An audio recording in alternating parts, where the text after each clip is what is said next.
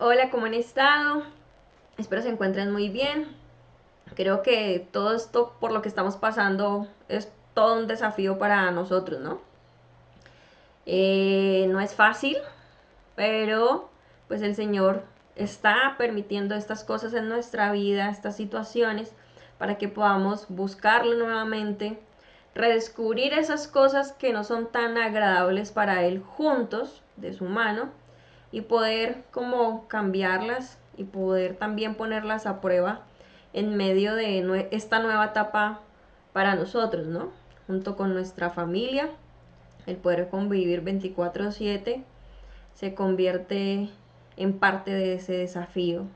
Entonces los invito a que podamos nuevamente ver este tiempo como una oportunidad y no como una carga, y que esa oportunidad, por supuesto, esté guiada por el Señor Jesús, y que los que son cabezas en sus hogares puedan también llevar la palabra de Dios a la vida de sus familiares, ¿no?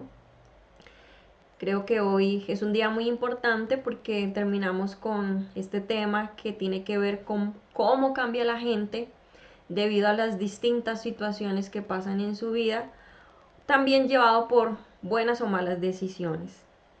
Este tema se llama Un cambio real del corazón. Pero antes de entrar en detalle, quiero que oremos para entregarle este tiempo al Señor, ¿les parece? Señor Jesús, gracias por este momento, gracias por que nos permitiste reunirnos por medio de esta manera virtual. Gracias porque es lo que hoy tenemos, y aunque hoy deseamos vernos físicamente, sabemos que no es posible y queremos que tú pongas gozo en nuestro corazón por lo que hoy sí tenemos, que es este medio, Señor.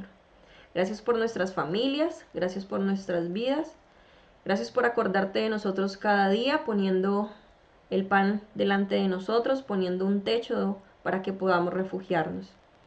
Te pido que bendigas la vida de las personas que estamos aquí y la vida de las personas que posiblemente estén por llegar, las que no estén, pero de pronto puedan conectarse más adelante.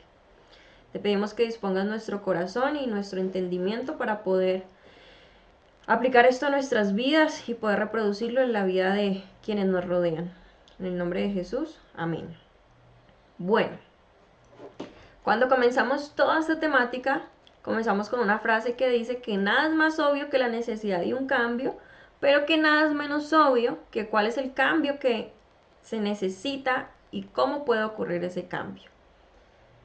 Como decía en el principio, creo que este tiempo ha sido un desafío para todos y hemos descubierto cosas que debemos cambiar, pero el problema está en cómo cambiar esas cosas. Ahí es cuando se pone difícil la situación.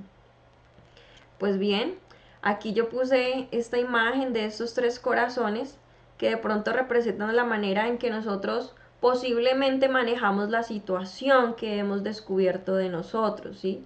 Esa parte del carácter que no nos gusta mucho y que de pronto a los demás tampoco es que le agraden mucho.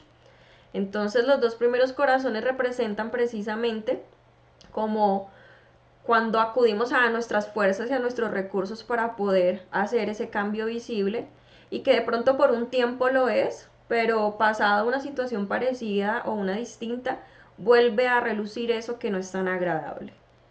Y la última representa como la decisión que realmente nosotros debemos tomar para que esas situaciones o esas características de nuestra personalidad sean permanentes, ¿sí? Y es llevar esta situación delante de Dios, ¿no? El cambio puede ocurrir y ocurre cuando vivimos en relación con nuestro Redentor. Y definitivamente entender que el mejor cambio que podemos tener es la redención de parte del Señor por medio de su Hijo Jesús. Es como la base que necesitamos para poder cambiar todas esas pequeñas, medianas o grandes cosas con las que no estamos de acuerdo, ¿no? El abrazarnos de Él, de los beneficios que trae la redención, es muy importante, ¿no? Creo que a veces llegamos solo al diagnóstico, ¿no? De qué es eso. Pero esto no es suficiente, el diagnóstico es solo principio, como lo dice ahí. A veces quedamos solamente con el análisis y llegamos a pensar que hemos terminado el diagnóstico y ya, es suficiente. Como que, ay, sí, yo soy de mal genio o sí, soy amargado, ay, tenaz, pero no pasa nada, ¿no?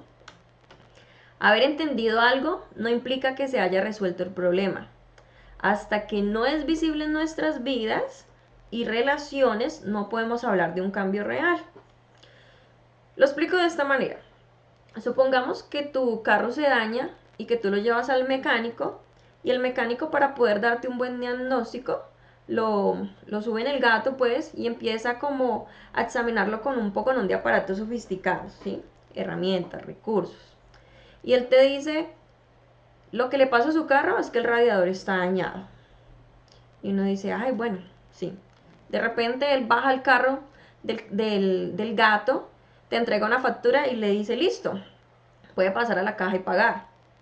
Yo creo que uno quedaría como, ¿qué le pasa a este man? ¿Sí? Pero entonces, eso pasa en nuestra vida precisamente, ¿sí?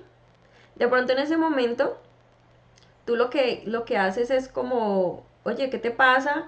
Le entregas nuevamente la factura y le dices, a mí no me interesa que me digas que el radiador está dañado, sino que me interesa es que lo arregles o lo cambies de ser necesario. Y eso es lo que nosotros necesitamos, ¿no? Y a veces nosotros actuamos así, como este vehículo averiado. Diagnosticamos lo que pasa, pero encontrar la solución y repararlo es lo que es realmente complicado. Eso pasa en la vida cristiana, de hecho. No es suficiente con diagnosticar el problema. Todo empieza cuando recibimos a Cristo en nuestra vida y reconocemos su señorío. Pero necesitas un cambio genuino, un cambio real, un cambio concreto en tu conducta. Santiago dice, sin rodeos, cuando declara que la fe sin obras está muerta. Es lo más importante es reconocer que eres un pecador y que necesitas de Dios. Eso creo que todos lo tenemos claro. Pero ahí comienza todo y Santiago nos dice que por medio de la fe, aparte de recibir a Cristo, necesitamos producir cambios, ¿sí? Yo no puedo decir soy cristiano, pero sigo odiando a mi familia, sigo odiando a quienes me han hecho daño, soy chismoso, no sé, cualquier característica que vaya en contra del carácter de Jesucristo, ¿no? Luego Pablo dice lo mismo cuando declara que la fe lleva a la obediencia, eso está en Romanos. Y luego en Gálatas dice que lo que vale es la fe que actúa mediante el amor. Entonces aquí vemos dos principios fundamentales, la obediencia, pero también el amor. Pienso que obedecer es de las cosas más difíciles de ser creyentes, ¿no? Obedecer la voluntad de Dios. Y obedecer con una actitud de amor es aún más difícil, porque creo que casi nadie le gustan las reglas, ¿no?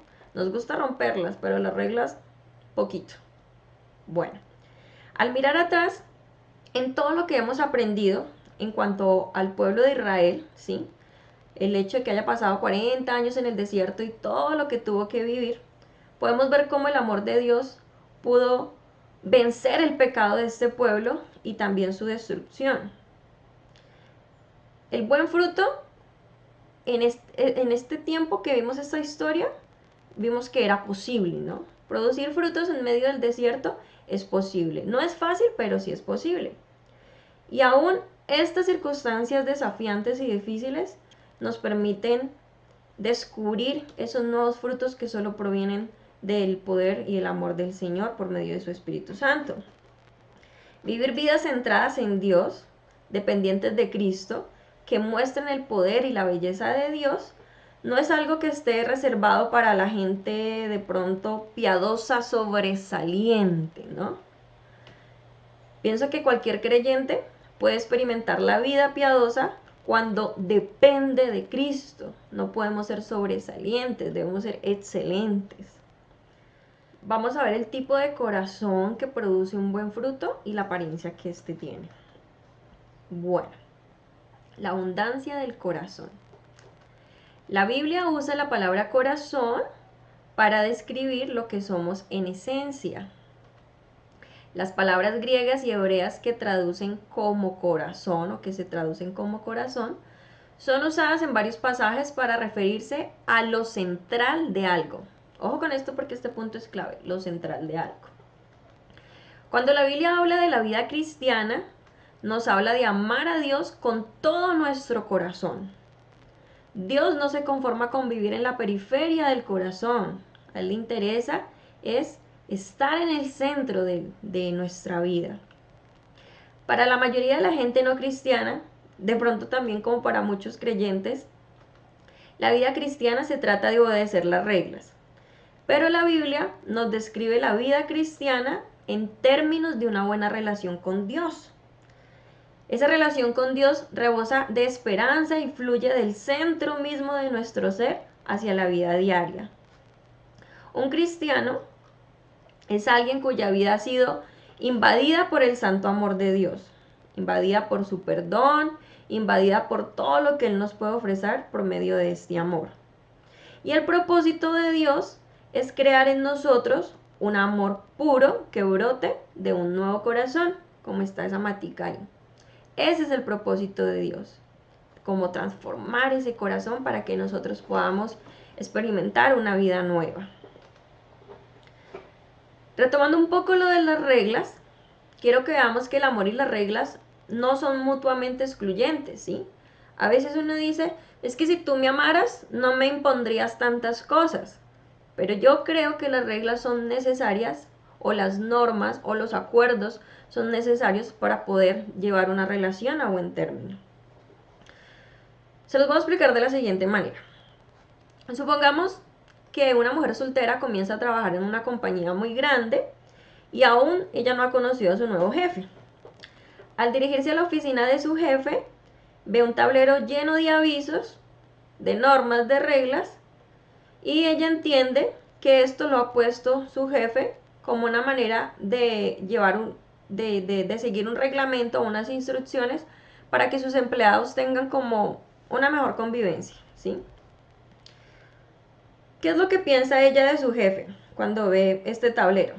Yo creo que muy probablemente ella se puede como asombrar o de pronto tener como algo de temor frente a este personaje y hasta de pronto se disgusta, porque es como llegar a un nuevo lugar y que inmediatamente tú te encuentres con esto de puedes hacer, no puedes hacer, tienes que comportarte, tienes que hablarle así o no así, traería como algo de disgusto a la vida de ella, ¿sí? Y si fuera mi caso, creo que pensaría así. Bueno, las reglas tienen el propósito de regir y optimizar su desempeño y quizás de pronto esto a ella no la inspire ni la motive, pero ella las va a obedecer porque a ella le interesa mantener su puesto y su cargo, no le interesa que la despidan. Ahora bien, quiero que imaginemos que pasado un tiempo, su jefe, que también es soltero como ella, desarrolla una relación personal con ella. Con el tiempo se casan y durante ese tiempo ella se da cuenta que su perspectiva del tablero de avisos ha cambiado a medida que su corazón también ha cambiado hacia su esposo. Ahora ella considera estas normas como instrucciones sabias y amorosas de alguien que se preocupa por su bienestar y ya no los considera una carga. Son maneras específicas en las que puede honrar y agradar a su esposo, que ahora es su jefe también. ¿Ustedes qué creen que fue lo que cambió? No fueron las reglas. Lo que cambió fue la naturaleza de la relación que tenían y la actitud hacia quien daba las reglas por parte de ella. Bueno, esta es una ilustración imperfecta que no toma en cuenta los asuntos que tienen que ver con las relaciones románticas en un centro laboral, sino más bien señala algunas verdades acerca de la vida cristiana. Y es que un nuevo estilo de vida, es decir, el fruto visible de la vida de un creyente, no proviene de una obediencia que sea como imperturbable, ¿no? Es como que yo obedezco sin importar si me duele o no me duele. Entonces, un nuevo estilo de vida, el fruto visible de la vida de un creyente, no proviene de una obediencia imperturbable, sino de un corazón que ha sido cautivado y capturado por el dador de esos mandamientos. En este caso, por supuesto, estamos hablando de Dios. Habrá momentos en los que sea difícil obedecer, yo no digo que no, pero incluso la lucha vendrá de la convicción de que las reglas están allí porque tú obedeces a un Dios que te ama, que vela por ti y que si pone ese tipo de leyes, de parámetros o de normas es para velar por tu bienestar. Por toda la Biblia se menciona el corazón. De hecho, se le menciona como el motivador de la vida misma. Inclusive existen más de 900 referencias al corazón en las escrituras. De hecho, uno de mis pasajes favoritos es Proverbios 4:23. Y dice, sobre toda cosa guardada, guarda tu corazón, porque de él mana la vida. Otra versión dice, porque él determina el rumbo de tu vida. Y quiero que hasta este punto nosotros le prestemos mucha atención a nuestro corazón, inclusive que lo dispongamos más, porque todo lo que llega a tu mente baja tu corazón, y cuando baja tu corazón es cuando tomamos esas decisiones que pueden bien agradar a Dios o no hacerlo. Entonces, quiero que consideremos algunos pasajes para ver cómo las escrituras enfatizan la importancia del corazón renovado, obediente a Dios. Bueno, perdón. Vamos a hablar de un corazón de obediencia. Y este corazón de obediencia debe responder en parte a una pregunta que quiero que ustedes me la complementen ahí en el chat, por favor. Bueno, la pregunta es, ¿qué significa ser cristiano para ti? ¿Qué significa? Mientras voy hablando, quiero que me vayas respondiendo para ir interactuando contigo. Un día, los escribas le preguntaron a Jesús esta pregunta, no tan así, pero sí muy parecida. Y Jesús les dijo que toda obediencia verdadera proviene de un corazón transformado. Vamos a abrir nuestras Biblias en el libro de Marcos, capítulo 12, versículos del 28 al 31. Dice así: uno de los maestros de la ley se acercó y los oyó discutiendo. Al ver lo bien que Jesús le había contestado, le preguntó: de todos los mandamientos, ¿cuál es el más importante? El más importante es: oye Israel, el Señor nuestro Dios es el único Señor, contestó Jesús. Ama al Señor tu Dios con todo tu corazón, con toda tu alma, con toda tu mente y con todas tus fuerzas. Y el segundo, que es el que no nos conviene mucho a veces, es: ama a tu prójimo como a ti mismo. No hay otro mandamiento más importante que estos. En estos versículos, Jesús se enfoca en el corazón y enfatiza los primeros mandamientos dados a Moisés. La verdadera vida piadosa o el verdadero cristiano, para responder a la pregunta, comienza en el corazón y tiene que ver con el corazón obediente. Quiero que tomemos un poquito los pasajes del Antiguo Testamento, empezando por 1 Samuel capítulo 16. Recordemos que este fue un periodo de cambio de rey donde el Señor delega a Samuel que vaya a la casa de un hombre llamado David, bueno, de su papá, en este momento no recuerdo su nombre, y le dice que dentro de los hijos de él va a escoger el futuro rey de Israel. Dios le dice a Samuel que debe enfocarse en evaluar a David y a sus hermanos. La mirada de Dios está puesta sobre el pequeño David. Digo pequeño porque él era el menor dentro de sus hermanos. Y no solo pequeño en edad, sino también en estatura, ¿no? La atención de Dios se dirige al corazón. De hecho, el Señor le dijo exactamente hacia Samuel: no te dejes impresionar por su apariencia, por su estatura, pues yo le he rechazado. La gente se fija en la apariencia, pero yo me fijo en el corazón. Dios le dice a Samuel que tenga cuidado de no poner mucha atención a la apariencia externa, sino que viera más bien al interior del corazón de David. Años más tarde, David como que retoma esto en uno de sus salmos y se hace un autoexamen. Dice: examíname, oh Dios, y sondea mi corazón, ponme a prueba y sondea mis pensamientos. Fíjate si voy por el mal camino y guíame por el camino eterno. Esto está en el Salmo 139 del 23 al 24, por si lo quieren anotar allí. Y yo quiero preguntarte lo siguiente. Cuando examinas tu vida, si es que lo haces, ¿cuánto énfasis pones en tu corazón? La Biblia muchas veces nos describe como personas que tendemos a apartarnos de Dios justamente a causa de la falta de obediencia. ¿Por qué?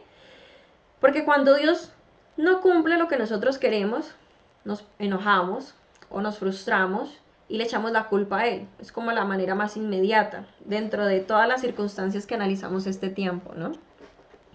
Entonces, frente al calor de nuestras vidas, nos alejamos de Dios. ¿Por qué? Porque desde un principio hemos decidido desobedecer. Encontramos unos pasajes muy importantes que nos dan unas promesas que a hoy se han cumplido. Y es Jeremías capítulo 31 y Ezequiel 36. Estos versículos destellan con el optimismo del nuevo pacto y la renovación del corazón. De hecho, Jeremías, versículo 33 dice, pero este es el nuevo pacto que haré con el pueblo de Israel pero este es el nuevo pacto que haré con el pueblo de Israel después de esos días, dice el Señor.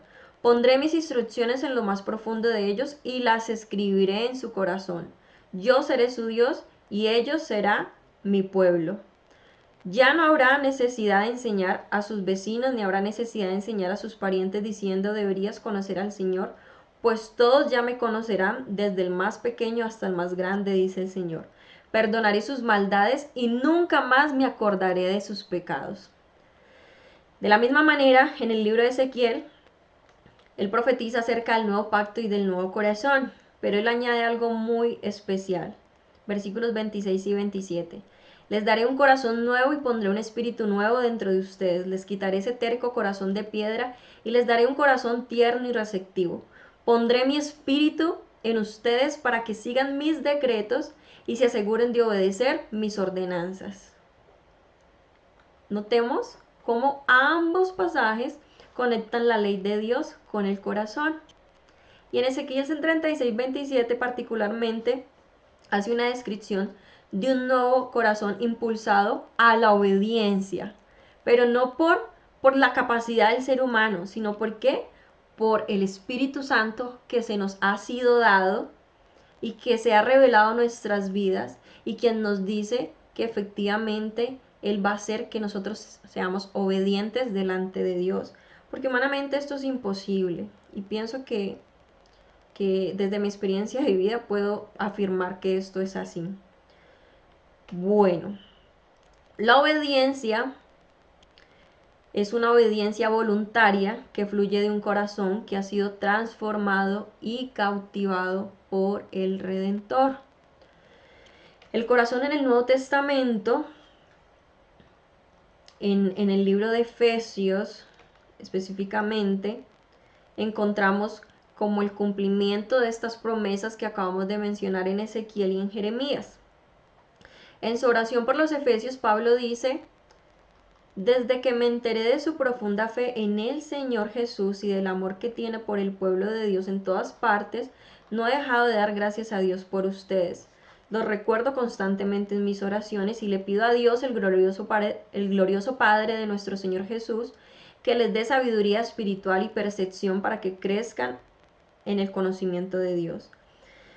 Pido que los inunde de luz el corazón para que puedan entender la esperanza segura que Él ha dado a los que llamó. También pido en oración que entiendan la increíble grandeza del poder de Dios para nosotros los que creemos en Él. Es el mismo gran poder que levantó a Cristo de los muertos y lo sentó en el lugar de honor a la derecha de Dios en los lugares celestiales. Acá vemos que Pablo ve a Cristo como el cumplimiento de toda esta gran promesa, ¿no? Ese nuevo pacto, por supuesto, va enfocado en Jesucristo y en su obra redentora.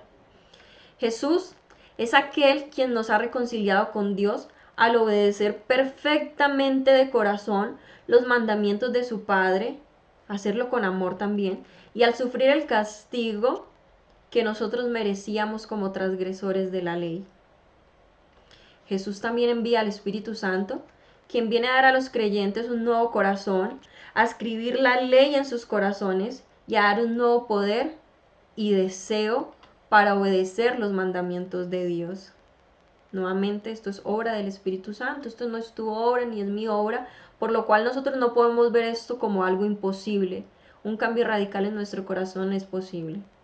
Después de que conocemos esto, es muy grato saber y entender que tu vida no está determinada por la manera en que te criaron tus papás, por tu fisiología, por tu cultura, por lo que dicen los demás de ti, por lo que tú piensas de ti o cualquier otra cosa que tú puedas traer en este momento, ¿no? Dios, esto ha sido a razón de que Dios ha provisto para atender tu necesidad más grande. Y así es, tu necesidad más grande es la redención, la de ser rescatado de la esclavitud de tu antigua y vana manera de vivir. Así que tú puedes tener la confianza y gozo de que el Señor cambió tu vida hoy y para siempre y que ese cambio es absolutamente posible, no por ti, sino por el Espíritu Santo. Recuerda siempre esto. Tu más grande problema y estorbo, o sea, tu corazón pecaminoso y extraviado, ha sido atendido. Dios te ha redimido y te ha dado un nuevo corazón. Hasta aquí debemos entender que todo esto hace parte de un nuevo fruto en nuestra vida. Y este fruto es algo maravilloso y es algo que debe sorprendernos gratamente. ¿Alguna vez de pronto te has sentido tentado a pensar que los mandamientos y principios de las escrituras funcionan en el mundo real? Es decir, creo que algunas veces hemos dudado que la gracia de Cristo sea en realidad lo suficiente, necesaria o poderosa para producir buen fruto en nosotros en un mundo tan caído como el que experimentamos hoy. ¿Alguna vez de pronto has dicho algo como esto? Sé que la blanda respuesta quita la ira, pero es que los que dicen eso no conviven o no tienen hijos como los que yo tengo. De pronto tú dices, hice mis mayor esfuerzo por perdonarla o por perdonarlo, pero es que cada vez que yo lo veo o cada vez que yo la veo, me inundo con todos los recuerdos del daño que me hizo. De pronto tú dices, sé que la Biblia dice que la gracia de Dios es más poderosa que mi debilidad, pero este es mi momento de debilidad y quiero sentirme así. Y hasta de pronto no creo que esto sea suficiente. O te sientes tentado también a decir, ¿cómo puedo amar a mis enemigos si me cuesta amar a mis amigos, a mi familia y a mis seres queridos? La Biblia tiene el propósito de sacarnos de nuestra tendencia hacia el temor, hacia la autocomplacencia y hacia la incredulidad, como los ejemplos que mencionaba anteriormente.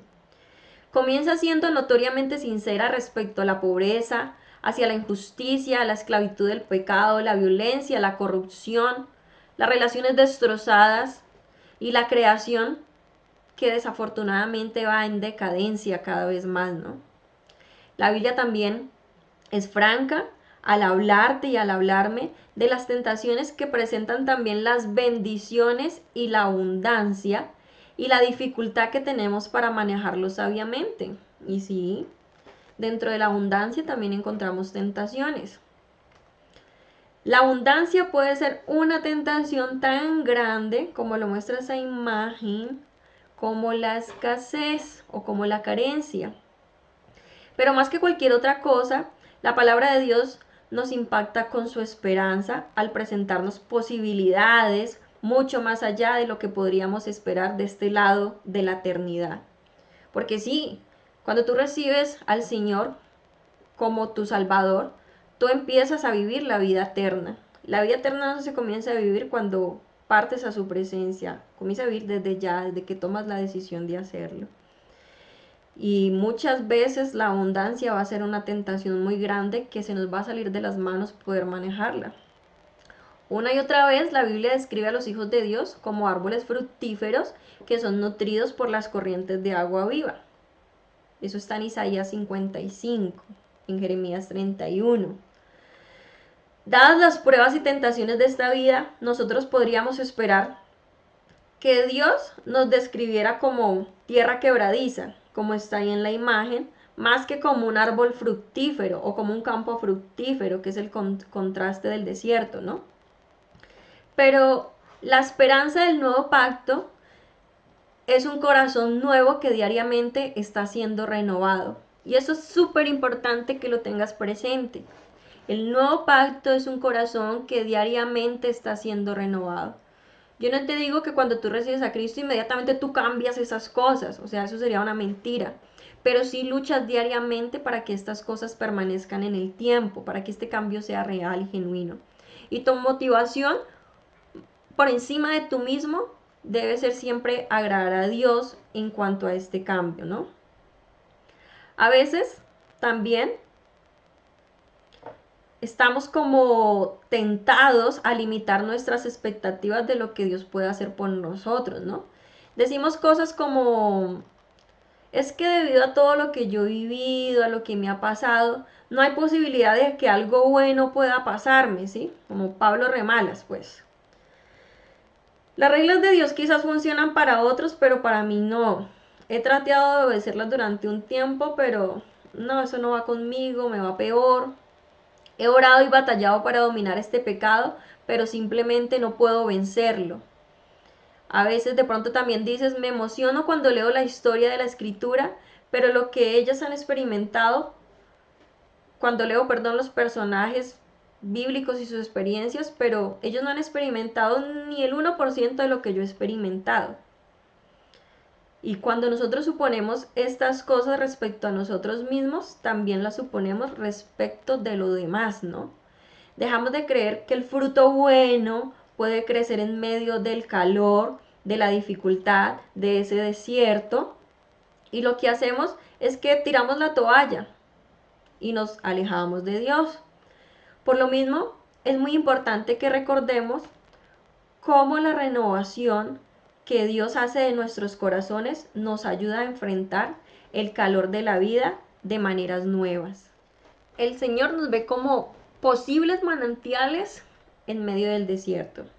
Aunque si tú ya crees en Él, yo te digo que tú eres un manantial en medio de tu desierto, en medio de tu calor. En Juan 7:37-38 Jesús dice algo muy alentador. Nos dice que aquellos que creen en Él tienen corrientes de agua viva fluyendo dentro de ellos. Juan dice que estas corrientes de agua viva hacen referencia al Espíritu Santo. A través de Él, los ríos espirituales de agua viva producen vida donde antes había muerte. Gálatas 5:13 al 25 y 6 del 1 al 10 nos muestra el tipo de fruto que crece a través de la obra del Espíritu Santo. Quiero que miremos antes de esto qué dice Juan 7 del 37 al 38. En el último día, el más solemne de la fiesta, Jesús se puso de pie y exclamó, si alguno tiene sed, que venga a mí y beba. De aquel que cree en mí, como dice la Escritura, brotarán ríos de agua viva. Y Gálatas dice, les hablo así, hermanos, porque ustedes han sido llamados a ser libres, pero no se valgan de esa libertad para dar rienda suelta a sus pasiones. En Cristo tenemos libertad, pero no libertinaje y debemos saber manejar esto. Más bien, sírvanse unos a otros con amor. En efecto, toda la ley se resume en un solo mandamiento. Ama a tu prójimo como a ti mismo. Y esto es ser un verdadero cristiano. Pero si siguen mordiéndose y devorándose, tengan cuidado, no sea que acaben por destruirse unos a otros. La vida por el Espíritu, así que les digo, vivan por el Espíritu y no seguirán los deseos de la naturaleza pecaminosa, porque éste desea lo que es contrario al Espíritu, o sea, la vida pecaminosa, y el Espíritu desea lo que es contrario a ella. Los dos se oponen entre sí, de modo que ustedes no pueden hacer lo que quieran, pero sí los guía el Espíritu, no están bajo la ley. O sea, usted no debe sentirse obligado a cumplir unas reglas que usted no puede cumplir. Entienda eso. Pero el Espíritu Santo sí lo puede hacer por usted. Las obras de la naturaleza pecaminosa son inmoralidad sexual, impureza y libertinaje, o los frutos de la carne. Ahí tengo un poquito dañada la presentación, perdón. Sigo. Inmoralidad sexual, impureza y libertinaje, idolatría y brujería, odio, discordia, celos, arrebatos de ira, rivalidades, disensiones, sectarismos, envidia, borracheras, orgías y otras cosas parecidas. Les advierto ahora, como antes lo hice, que los que practican tales cosas no heredarán el reino de Dios. En cambio, el fruto del Espíritu es amor, alegría, paz, paciencia, amabilidad, bondad, fidelidad, humildad y dominio propio. No hay ley que condene estas cosas. Los que son de Cristo Jesús han crucificado la naturaleza pecaminosa con sus pasiones y deseos. Si el Espíritu nos da vida, andemos guiados por el Espíritu. No dejemos que la vanidad nos lleve a irritarnos y a envidiarnos unos a otros. La ayuda mutua que vemos en Gálatas 6 nos exhorta y nos motiva también a que cuidemos cada uno mutuamente, porque también podemos ser tentados de manera individual. Dice, ayúdense unos a otros a llevar sus cargas y así cumplirán la ley de Cristo. Si alguien cree ser algo cuando en realidad no es nada, se engaña a sí mismo. Cada cual examine su propia conducta y si tiene algo de qué presumir, que no se compare con nadie. Ojo con eso, que cada uno cargue con su propia responsabilidad.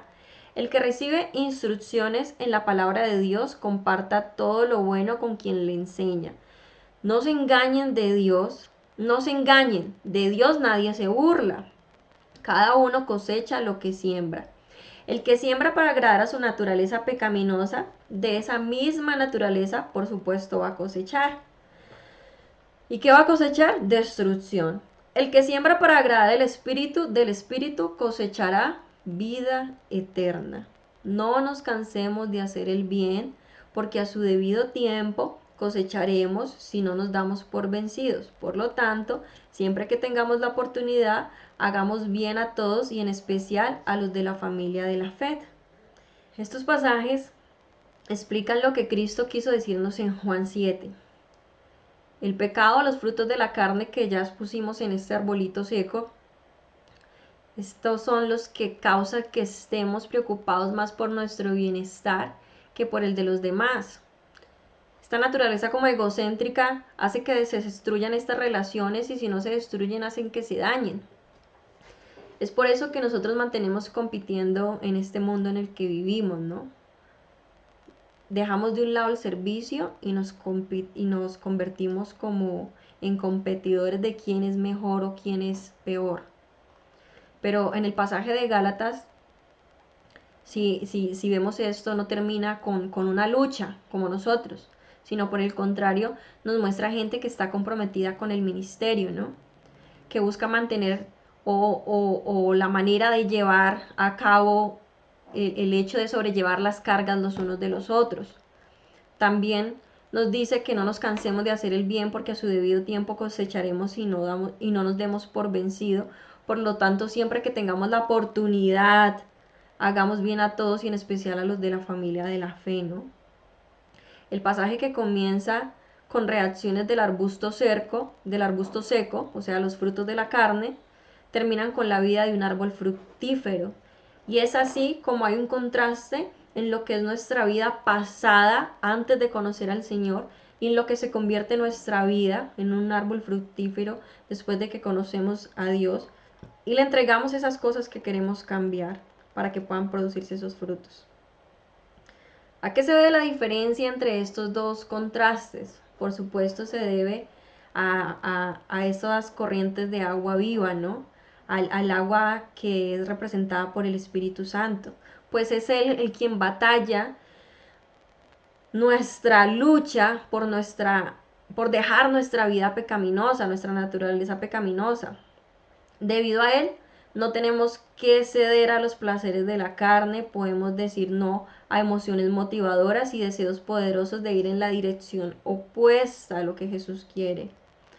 Al decirle sí al Espíritu Santo, su agua viva produce un fruto nuevo en nuestro corazón, ese fruto que vimos de amor, de gozo, de paz, de paciencia, etc.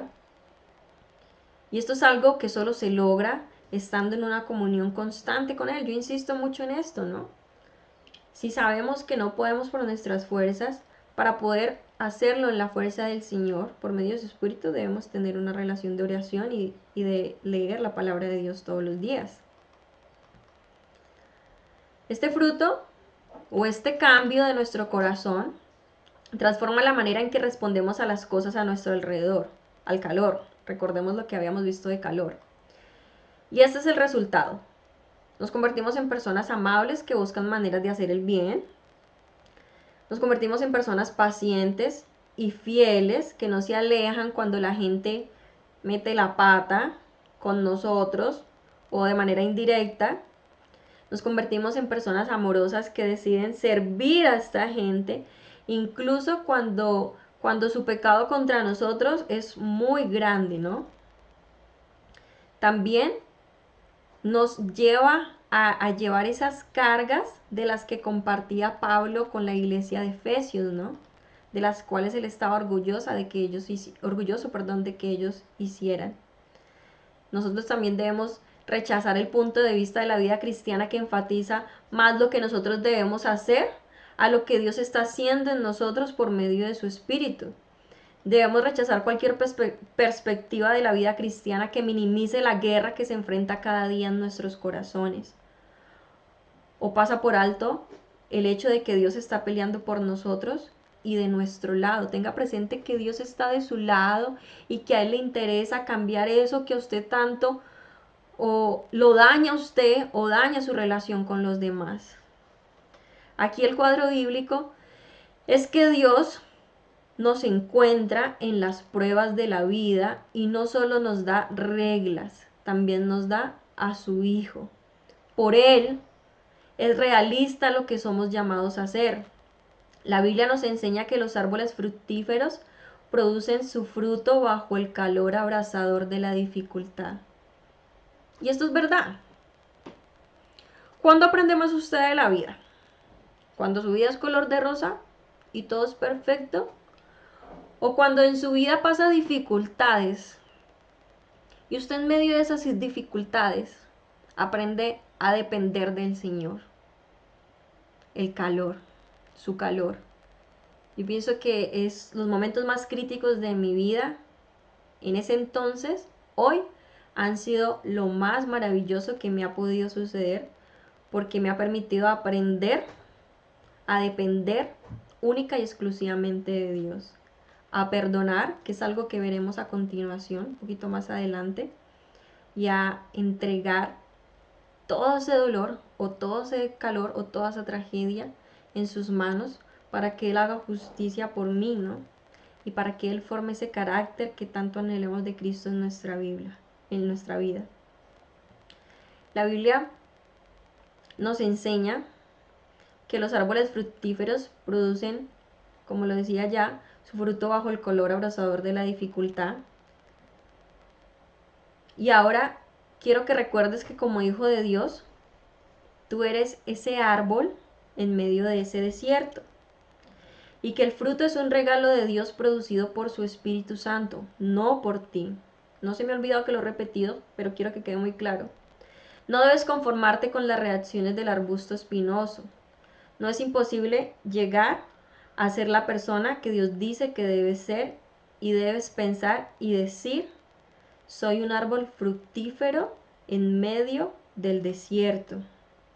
Soy un árbol fructífero en medio del desierto. Bueno, hasta este momento podrías preguntarte cómo se manifiesta este fruto de un corazón cambiado en tu vida.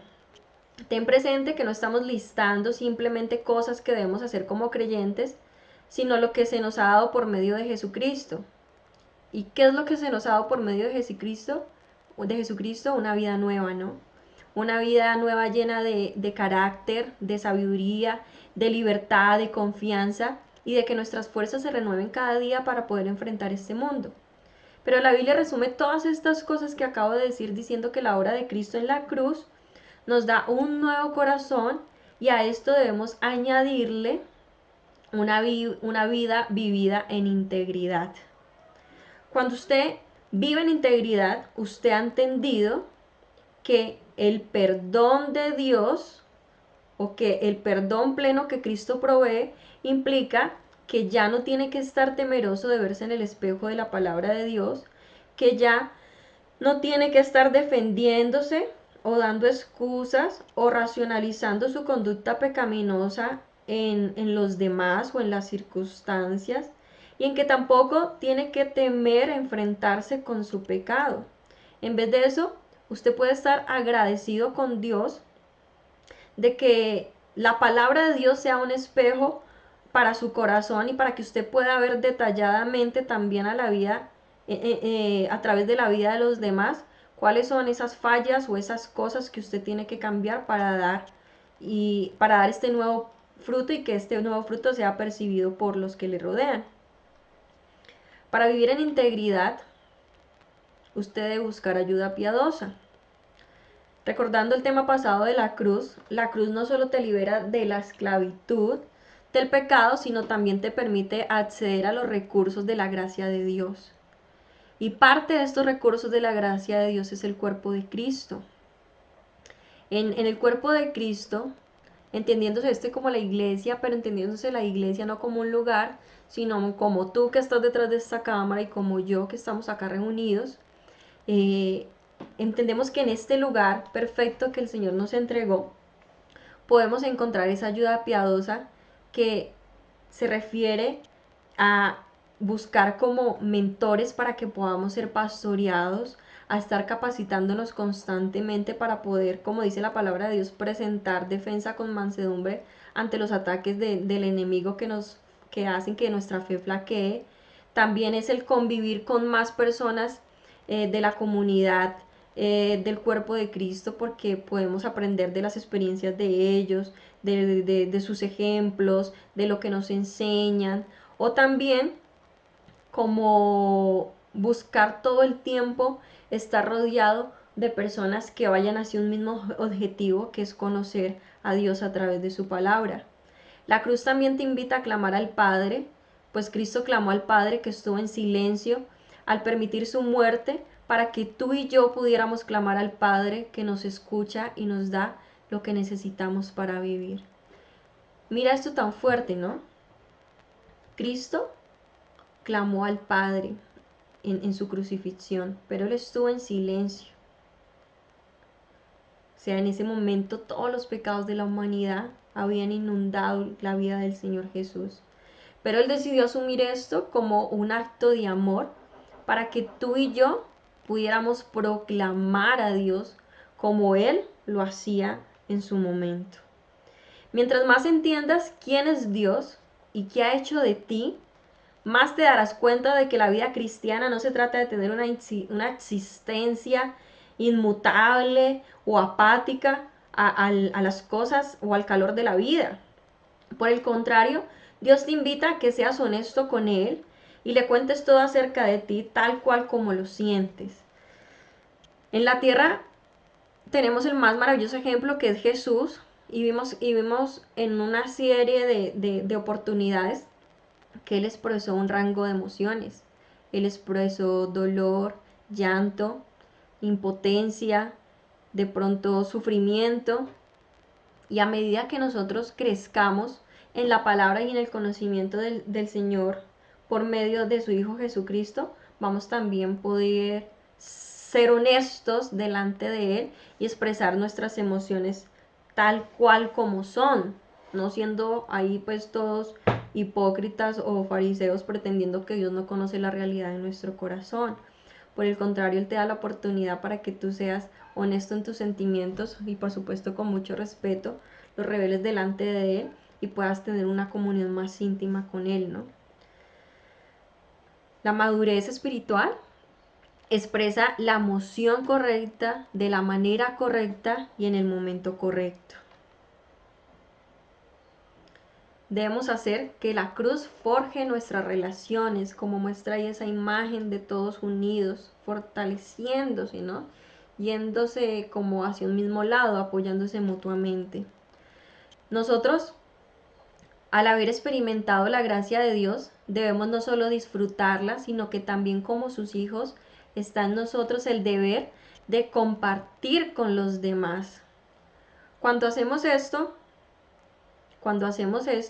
la cruz comienza a forjar nuestras relaciones. Jesús relató una historia maravillosa que ilustra este principio en el libro de Mateo 18, versículos del 21 al 35. Y es la parábola del deudor que no perdona. Bueno, se las voy a resumir, ¿no?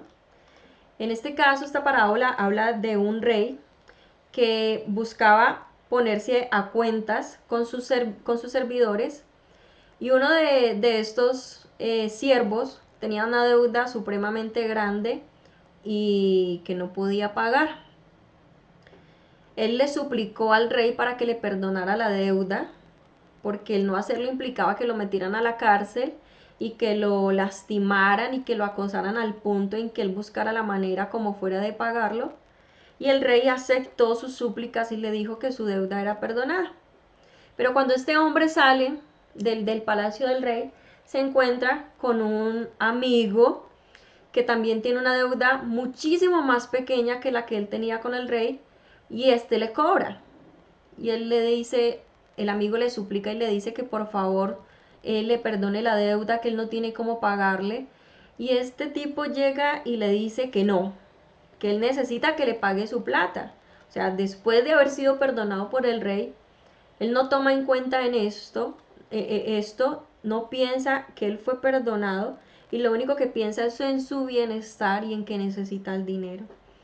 Pues esta historia termina en que el rey se da cuenta de lo que hizo este siervo al que él perdonó y lo manda a la cárcel.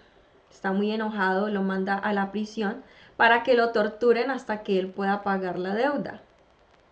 Y resulta que este pasaje termina diciendo, eso es lo que hará mi Padre Celestial a ustedes si se niegan a perdonar de corazón a sus hermanos.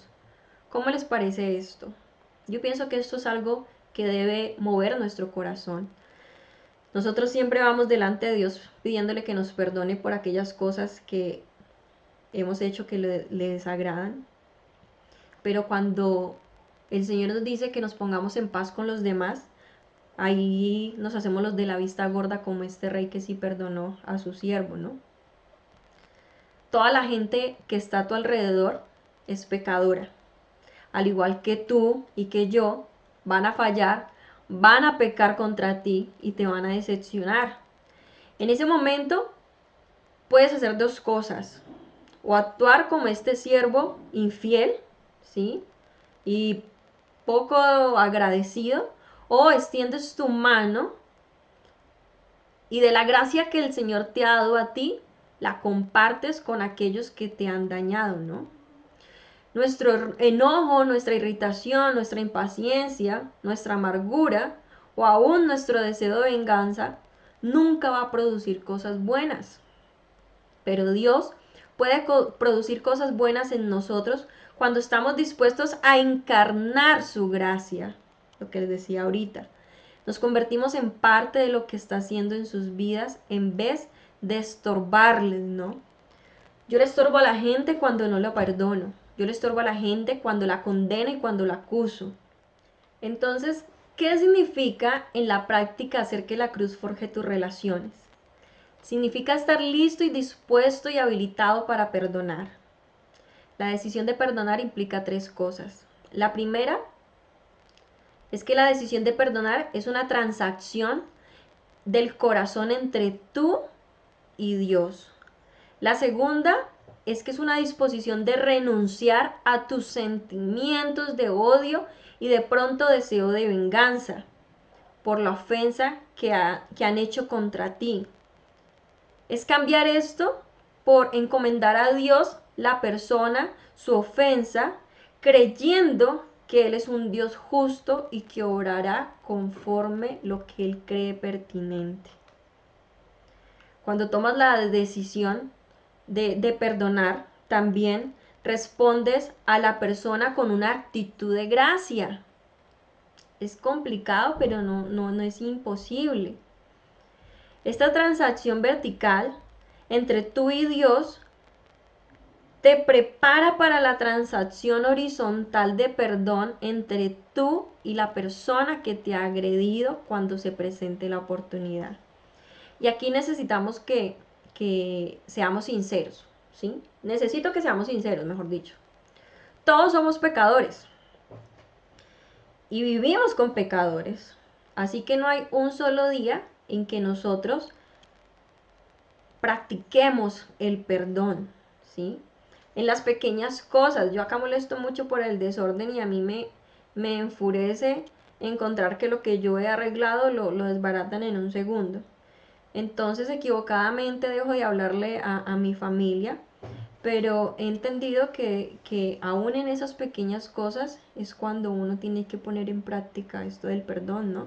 Pasar por alto la ofensa, buscar otra manera de poder solucionar lo que te molesta.